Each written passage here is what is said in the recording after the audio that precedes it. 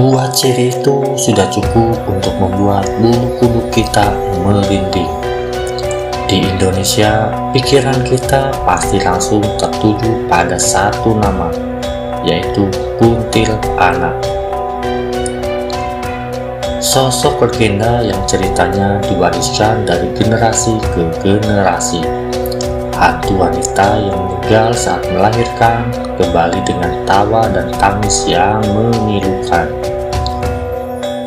Tapi bagaimana jika sosok seseram ini tidak hanya ada di Indonesia?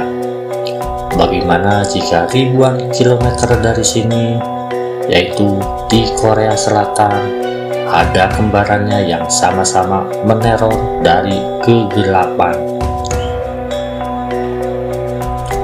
Di video kali ini kita akan membongkar misteri yang membingungkan sekaligus bikin merinding.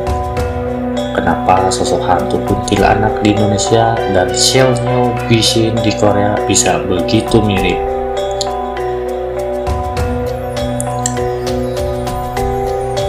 Kita mulai dari rumah kita sendiri, yaitu kuntilanak ataupun pontianak. Namanya saja sudah melegenda. Menurut folklore, ia adalah arwah penasaran dari seorang wanita yang meninggal dunia saat hamil atau melahirkan. Kematian yang tragis ini membuatnya tidak bisa pergi dengan tenang. Kuntilanak adalah representasi dari rasa sakit, kehilangan, dan amarah seorang ibu. Sebuah tragedi yang berubah menjadi teror abadi.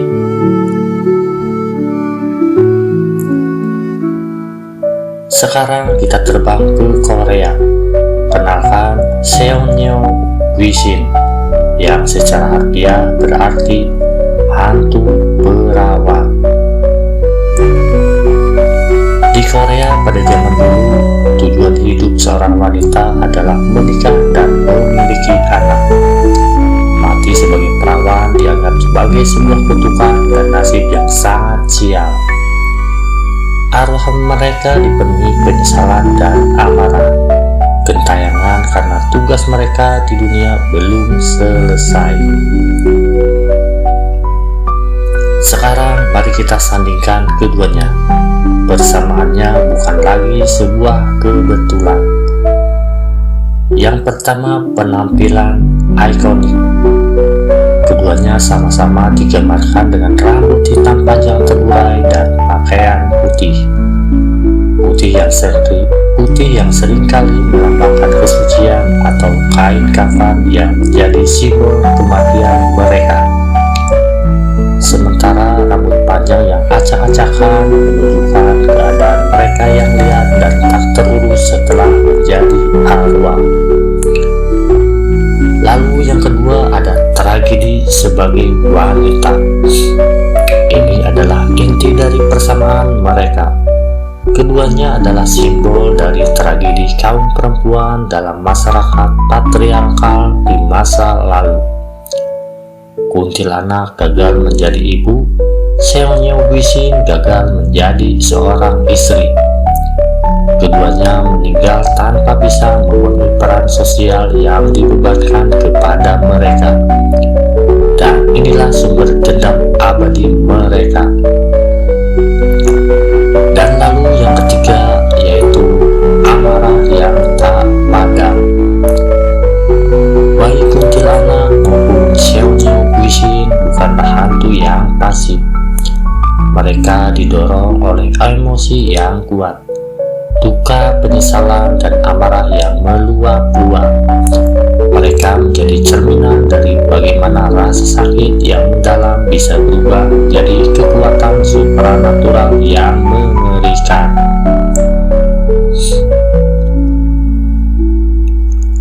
Jadi, kenapa bisa begitu mirip?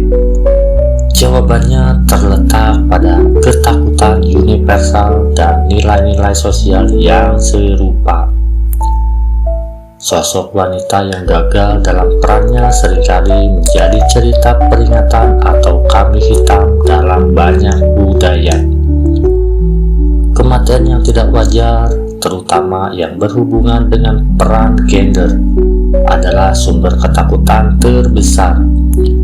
Cerita hantu ini pada dasarnya adalah cerminan dari kegelisahan masyarakat tentang kehidupan, kematian, dan takdir. Kuntilanak dan Seonyo Guisin lebih dari sekedar hantu. Mereka adalah gema dari kisah-kisah tragis kaum perempuan yang terperangkap oleh ekspektasi. Di balik rambut panjang dan gaun putih itu tersimpan kisah pilu yang ternyata mampu melintas batas negara dan bahasa. Lalu, bagaimana menurut kalian? Apakah ada sosok hantu dari negara lain yang punya kemiripan serupa? Tulis pendapat kalian di kolom komentar.